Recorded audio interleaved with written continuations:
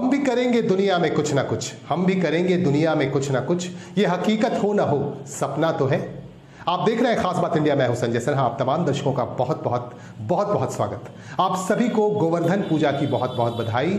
देश भर में दीपावली के दूसरे दिन गोवर्धन पूजा की जाती है। आज देश भर में गोवर्धन पूजा की गई और भगवान कृष्ण याद किए गए। कहा जाता है कि द्वापर युग से यह पूजा की जाती है। जब द्वापर युग में ब्रज के जो निवासी हैं, ब्रज भाषी हैं, वह जब मुसीबत में थे, लगातार मूसलाधार बारिश हो रही थी, तब भगवान कृष्ण ने गोवर्धन पहाड़ को अपनी सबसे छोटी उंगली पर 7 दिनों तक उठाकर रखा था। तब से यह पूजा की जाती है। कहा जाता है कि भगवान कृष्ण ने इंद्रदेव का मान मर्दन कर दिया था अपनी कानी उंगली पर गोवर्धन पहाड़ को उठाकर। तब से यह पूजा काफी श्रद्धा और विश्वास के साथ की जाती है। आपको बता दूं, एक महत्वपूर्ण खबर हमारे पास आ रही है। उस खबर से हम आपको जोड़ना चाहते हैं। बिहार में अब तक जहरीली शराब से लगभग 24 लोगों की मौत हो गई है। हालांकि हमारे पास जो आंकड़े आ रहे हैं, उन आंकड़ों के मुताबिक 24 से ज्यादा लोगों की अब तक मौत हो चुकी है। पश्चिम चंपारण जिले में और गोपालगंज जिले से हमारे पास खबर आ रही है। इन जिलों के विभिन्न क्षेत्रों में जहरीली शराब पीने से अब तक 24 से ज्यादा लोगों की मौत हो गई है। इस पर विपक्षी पार्टी के लोग काफी उखड़े हुए हैं। आरजेडी के नेता तेजस्वी यादव ने मुख्यमंत्री नीतीश यादव पर कहा है कि वह प्रशासन पर ध्यान नहीं दे रहे हैं और शराब बंदी पर उनका ध्यान नहीं है, बल्कि शराब पीने वालों पर वह लगातार तंज कस रहे हैं, लगातार उन्हें दोष दे रहे हैं। देखिए नीतीश कुमार जी ने क्या कहा है। और पीजिएगा तो गड़बड़ तो होगा ही, हर जगह ना होता है। जहां भी शराब चल रहा है वहां भी तो यही सब गड़बड़ चीज से होती रहती है। और ये करिएगा तो इसी तरह से देखिए, कोई गड़बड़ तरह से आपको पिला देगा और चले जाइएगा। पश्चिम बंगाल के पंचायत और ग्रामीण विकास मंत्री सुब्रत मुखोपाध्याय का निधन हो गया। निधन होने के बाद लगातार श्रद्धांजलि सभाओं का आयोजन किया जा रहा है और तृणमूल कांग्रेस पार्टी के नेताओं द्वारा लगातार ट्वीट किए जा रहे हैं, उनके प्रति आदरांजलि व्यक्त की जा रही है। आज आसनसोल म्युनिसिपल कॉरपोरेशन की तरफ से भी याद किए गए दिवंगत नेता सुब्रत मुखोपाध्याय, उन्हें यहाँ श्रद्धांजलि दी गई और इस श्रद्धांजलि सभा में खास तौर से मौजूद थे आसनसोल म्युनिसिपल कॉरपोरेशन के प्रशासनिक बोर्ड के चेयरपर्सन अमरनाथ चैटर्जी और उनके प्रशासनिक बोर्ड के तमाम सदस्यगण।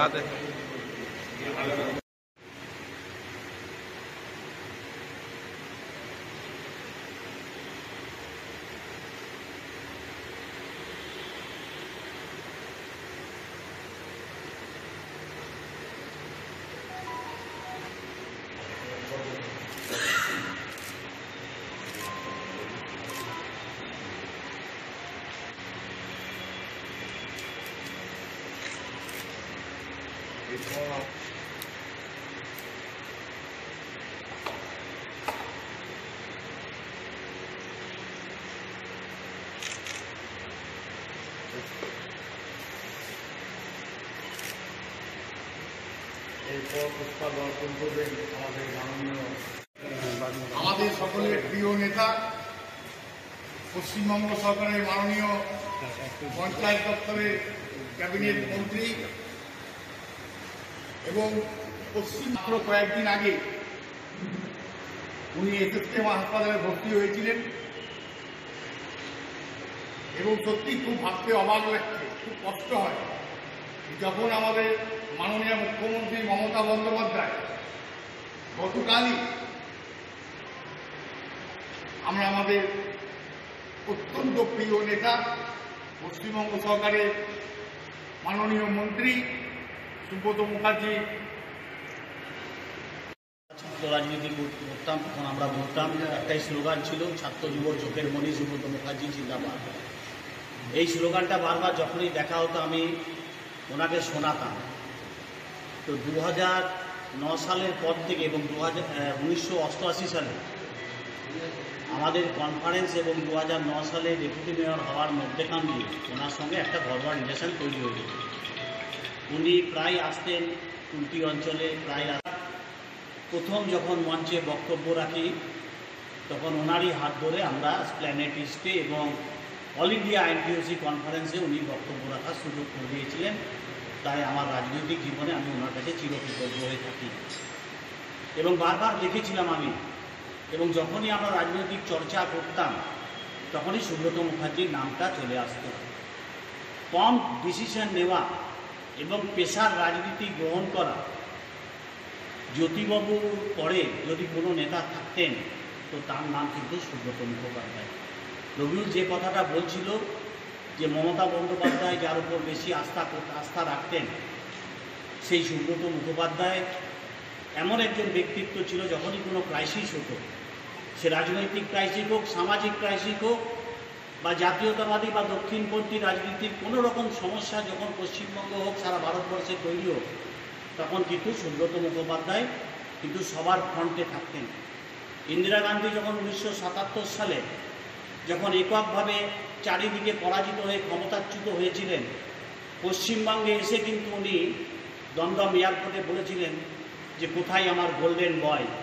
গোল্ডেন বয় বলে ডাকতেন, কারণ সেই সময় সুব্রত মুখার্জি এত প্রকটভাবে ছাত্র আন্দোলনে এবং যুব আন্দোলনকে জাগ্রত করেছিল পশ্চিমবঙ্গে, যে বামফ্রন্ট কিন্তু ভীত সন্ত্রস্ত হয়ে গিয়েছিল সেই 60-এর দশকে, এবং যাদের জন্য আজও আমরা কিন্তু সেই সমস্ত দিনগুলো মনে রাখতে পারি এবং সেই আন্দোলনের কথা ভেবে আমরা কিন্তু আগামী দিনে আন্দোলন করি। আমি আজকে আমার বক্তব্যকে দীর্ঘায়িত করব না। আমাদের মেম্বাররা সবাই এসছেন, অফিসের স্টাফরা রয়েছেন, আমাদের আসানসোল শিল্পাঞ্চলে বিভিন্ন রকমভাবে আইএনটিইউসি সহ বিভিন্ন সামাজিক সংগঠনে সুব্রত মুখোপাধ্যায় বিভিন্ন রকমভাবে জড়িত রয়েছেন। তারা প্রত্যেকেই শোকাহত, প্রত্যেকেই মর্মাহত, কিন্তু সেই শোক এবং মর্মাহতর মধ্যেখানেও আজকে সবাই উপস্থিত হওয়ার জন্য সবাইকে আমি ধন্যবাদ জানাই এবং ভগবানের কাছে প্রার্থনা করব যে ওনার পরিবারের স্ত্রী রয়েছেন, উনিও খুব মিশুকে মানুষ, কখনো প্রণাম নিতেন না, বলতেন দূরে না আমার প্রণাম করতে হবে না।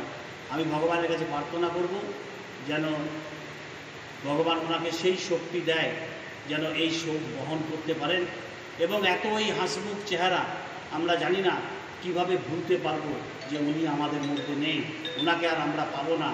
ওনার অভাব আমাদের কাছে চিরজীবন জাগ্রত হয়ে থাকবে এবং ওনার যে ক্রাইসিস, ওনার যে অসুবিধা যেগুলো ছিল রাজনীতিতে থাকবে, সেগুলো আমরা কখনো ভুলতে পারবো না। पश्चिम बंगाल में काफी धूमधाम से काली पूजा की जाती है। इस साल भी कोरोना महामारी के बीच भी काली पूजा की गई। लोगों की आस्था, लोगों का विश्वास कहीं से भी कम नहीं दिखा। प्रदेश की मुख्यमंत्री ममता बनर्जी ने अपने आवास पर विधिवत काली प्रतिमा की पूजा अर्चना की और इस मौके पर उनके परिवार के तमाम लोग मौजूद थे। कुछ खास तस्वीरें हम आपको दिखा रहे हैं।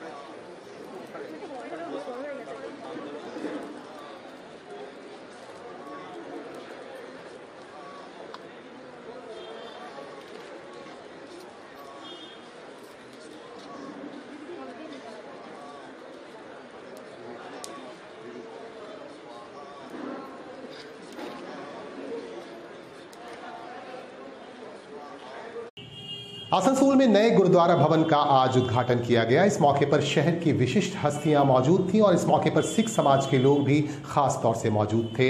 आसनसोल गुरुद्वारा प्रबंधन कमेटी के प्रधान अमरजीत सिंह भरारा ने बताया कि 15 महीने पहले इस भवन की नींव रखी गई थी और महज 15 महीने में ही यह भवन बनकर तैयार हो गया। इसके पीछे संगत के लोगों का बहुत बड़ा सहयोग है। उन्होंने सबके प्रति आभार व्यक्त किया। आपको बता दूं कि पुराने भवन से नए भवन में गुरु ग्रंथ साहिब को लाया गया और इस मौके पर अमृतसर से भी विशिष्ट लोग मौजूद थे और इनकी मौजूदगी में कार्यक्रम हुआ और इस मौके पर सिख गुरु तेग बहादुर भी याद किए गए। 400वां जन्मोत्सव मनाया गया गुरु तेग बहादुर का और इस मौके पर काफी आस्था, काफी विश्वास, काफी श्रद्धा देखी गई। कुछ खास तस्वीरें हम आपको दिखा रहे हैं।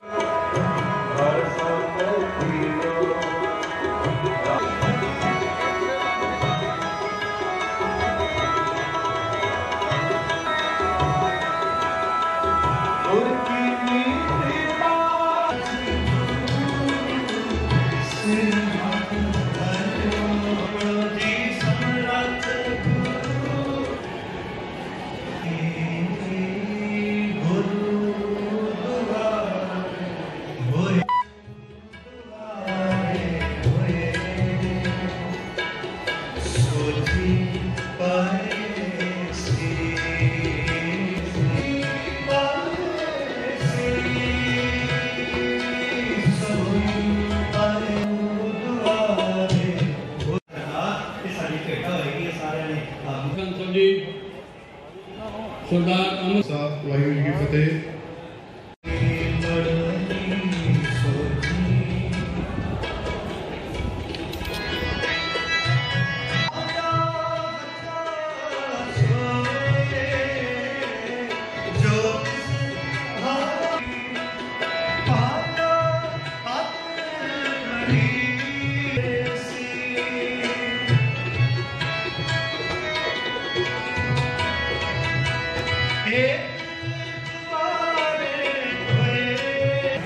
पहुंचे ने संगत जी गल सच जानो मेरा ही विषय नहीं भाई ये बाणी महाराज साहब जी है कि मेरा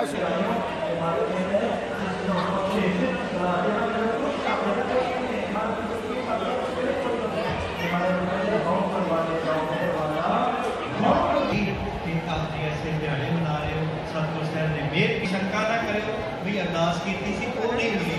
मेरा अपना उदाहरण है जी एक्सपीरियंस है। अरदास करिए बाद जे इदा होवे ना बई असी क्या सी मालक ये दे दी ते वो नहीं मिलया असी भावना करके आख दीए कि सतगुरु जी ये मंगया सी पर शायद तो उन्होंने कह वक्त ध्यान लगे तो यार उसके भी डर से उसका पास जाने नहीं सकते हैं। जब प्लेन उड़ रहे थे तो जब प्लेन लैंड किया है तो यार उसके से बच्चा को पूछा जो तुमको डर नहीं लगता था? हाँ बोल रहा था ये तुम मत ही करो, बेड बांध दो। तो बच्ची ने जवाब दिया कि मेरा पिताजी पायलट है, मैं जानता हूँ कि मेरा पिताजी ठीक सही ढंग से उसको प्लेन को उतारिएगा और हमको खा लिया जाएगा और हमारा पायलट यहाँ पर बैठे हुए हैं। हम जानते हैं ये सब जगह हम लोग ठीक सही जगह में ले जाएगा, सब सही रहेगा, आसनसोल भी सही रहेगा, हमारा बुजुर्ग, हमारा माता बहनों, भाई दोस्त सब बढ़ जाएगा। यही बोलते हुए मैं सबको नमस्कार करते हुए मेरा बोले हुए आज का दिन खत्म करता हूँ। नमस्कार।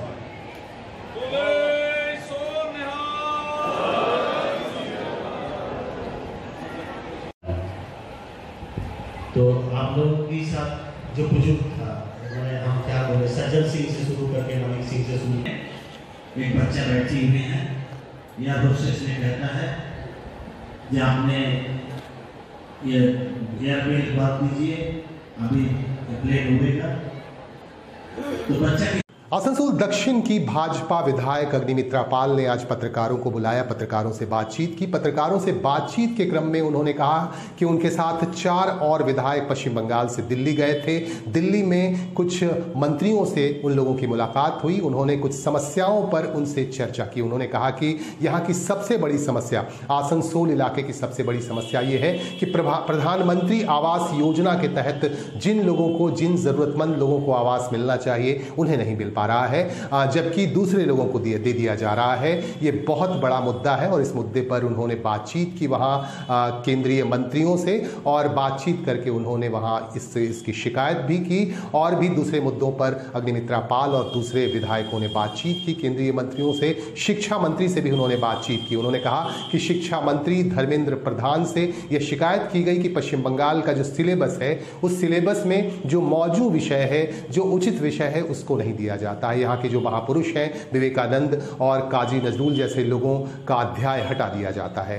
और इस तरह की शिकायत उन्होंने शिक्षा मंत्री धर्मेंद्र प्रधान से की। और भी बहुत तरह की बातें उन्होंने दिल्ली में बैठे जो आला नेतागण हैं, जो मंत्री हैं, उनसे बातचीत की और उसकी पूरी रिपोर्ट उन्होंने मीडिया के सामने कहा और अपनी बातें रखी। आपको हम दिखाएंगे कि अग्निमित्रा पाल ने और भी किन सवालों के जवाब दिए। पत्रकारों ने सवाल किए, पत्रकारों के सवाल भी अग्निमित्रा पाल ने दिए। ইস্যু যে ভারতীয় জনতা পার্টির কার্যকর্তা যদি হয় তাহলে তাকে 100 দিনের কাজ দেওয়া হচ্ছে না, এটা আরেকটা ইস্যু। দেখে দেখে তাদের জব কার্ড ইডিয়ার করিয়ে দেওয়া হচ্ছে না, করানো হলেও তারা কাজ পাচ্ছে না। এই ইস্যুটাও আমরা তুলে ধরেছি। দ্বিতীয়, আমরা গেছিলাম মাননীয় শিক্ষামন্ত্রী ধর্মেন্দ্র প্রধানজির কাছে। সেখানে জেনারেলি যে ইস্যুসগুলো আমরা বলেছি, আমি আমার তরফ থেকে যেটা বলেছি সবার হয়ে, যে পশ্চিমবঙ্গে যে স্কুল সিলেবাস, সেখানে খুব কোয়ালিটি সিলেবাসের অভাব দেখা দিচ্ছে। এগুলো আমাদের যারা শিক্ষকরা রয়েছেন, শিক্ষিকা রয়েছেন, তাদের কাছ থেকে ফিডব্যাক নিয়ে এই চিঠিটি তৈরি করেছি, যেখানে আমি বলেছি যে আমাদের যেগুলো জানার উচিত স্বামীদের ব্যাপার, সেইখানে উনি দেখবেন যে কতটা কী করা যেতে পারে। কিন্তু আমরা ভারতীয় জনতা পার্টির বিধায়করা এটা তুলে ধরেছিলাম। নেক্সট হচ্ছে আমরা গেছিলাম মাননীয় রেল। আজকে কয়েকটি কথা বলার জন্য এখানে আমার সংবাদ মাধ্যমের দাদাদের ভাইদের ডেকেছি। আমরা 21শে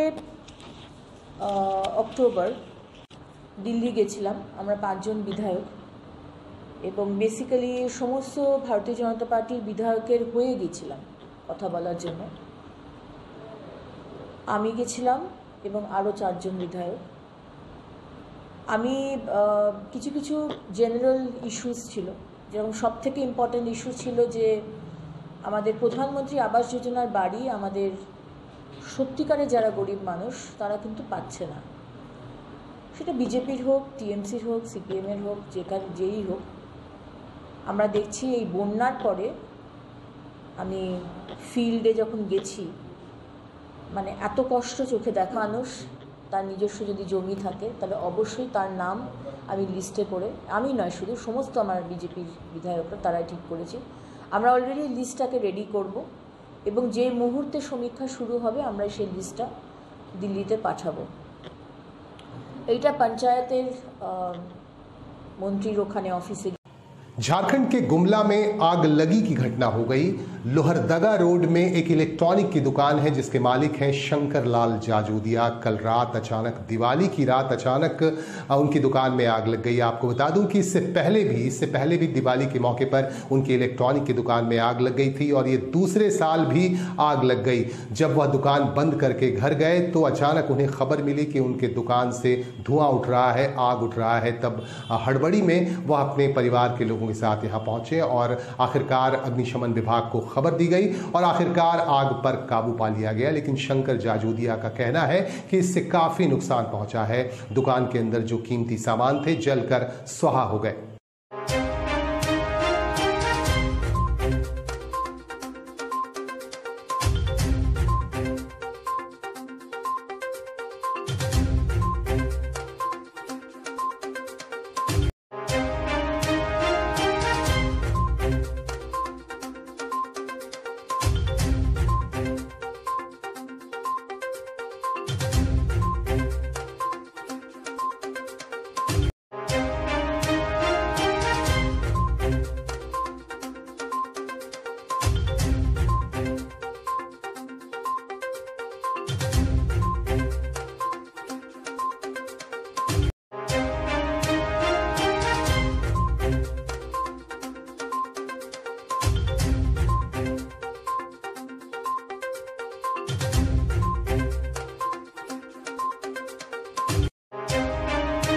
हम लोग यहाँ पर 7 बजे दीपावली की पूजा किए हैं और उसके बाद में 10:15 बजे दुकान को बंद किए हैं।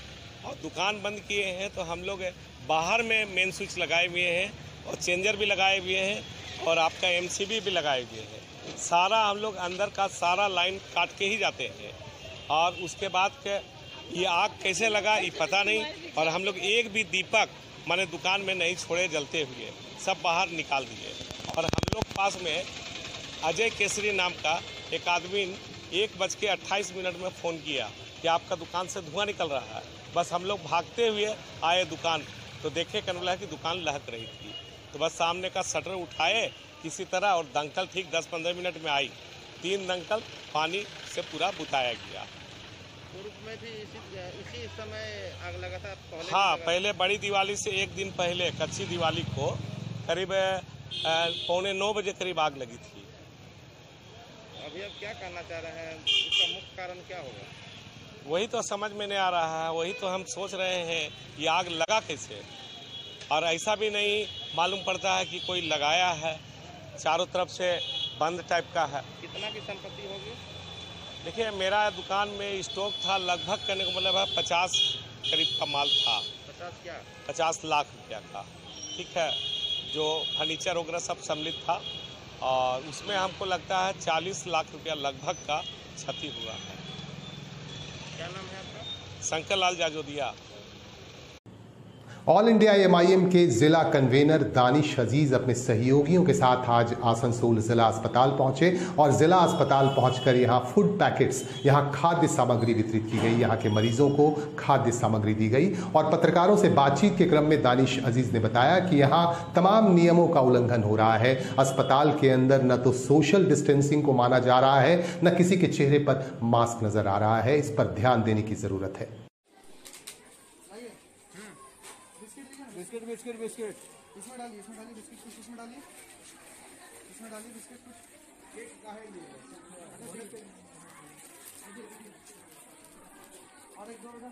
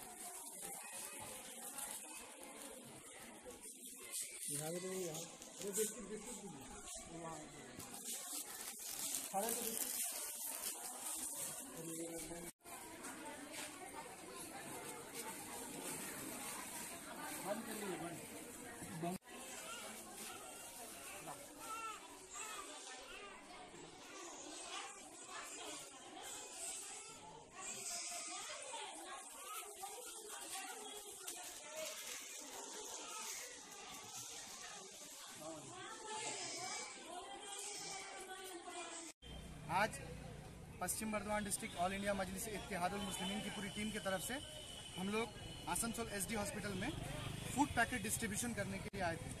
उसी फूड पैकेट डिस्ट्रीब्यूशन करने के दौरान हम लोगों ने एक चीज़ ऑब्जर्व किया कि आज SD हॉस्पिटल में जो अवस्था है कि एक बेड पे 3 पेशेंट, 2 पेशेंट हैं। ये लोग जो बाहर में सोशल डिस्टेंसिंग का ढोंग रचा रहे हैं कि 2 गज दूरी, मास्क है जरूरी, तो क्या वाकई में ये सिर्फ बाहर के लिए, हॉस्पिटल के अंदर के लिए नहीं है? हॉस्पिटल के गेट में घुसते के साथ, वार्ड में घुसते के साथ क्या कोरोना खत्म हो जाता है? जो चीज़ बाहर लागू कर रहे हैं, जो कर्फ्यू आप बाहर लागू कर रहे हैं, वही कर्फ्यू आपको अंदर भी लागू करना चाहिए। इसीलिए आज पश्चिम बर्दवान डिस्ट्रिक्ट ऑल इंडिया मजलिस इत्तेहादुल मुस्लिमीन की पूरी टीम की तरफ से हम लोगों ने आकर आज ऑब्जर्व भी किया और देखा कि मौजूदा हालात क्या है गवर्नमेंट हॉस्पिटल का, और ये पाया कि एक एक बेड में 2-2 जन, 3-3 जन, इनफैक्ट प्रेगनेंसी पेशेंट्स एक एक बेड में 3-3 जन है।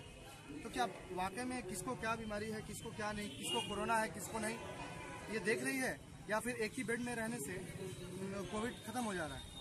तो इस पे मैं सरकार से गुजारिश करूंगा, एसडी हॉस्पिटल के ऑफिशियल से, गवर्नमेंट ऑफिशियल से, वेस्ट बंगाल ऑफिशियल से गुजारिश करूंगा कि इन मुद्दों पर देखें और जल्द से जल्द एक जितना ज़्यादा से ज़्यादा हो सके बेड का व्यवस्था करें, क्योंकि इन फ्यूचर आने वाले दिनों में आज जो पश्चिम बर्दवान डिस्ट्रिक्ट ऑल इंडिया मजलिस इत्तेहादुल मुस्लिमीन काम कर रही है, हम भी चाहते हैं कि गवर्नमेंट अपना काम अच्छे से करे और हम भी उनका हाथ से हाथ मिलाकर उनके काम में सहायता करें। तो मेरी यही आप सरकारों से गुजारिश है कि आप जितना जल्द से जल्द हो सके हॉस्पिटल का जायज़ा लें और जो भी पॉसिबिलिटीज़ यहाँ पे ज़रूरत है कोविड को देखते हुए उसे आप पूरा करें। इन चंद बातों के साथ पश्चिम बर्दवान डिस्ट्रिक्ट ऑल इंडिया मजलिस इत्तेहादुल मुस्लिमीन की पूरी टीम की तरफ से आप सबों को धन्यवाद देते हुए जय मीम।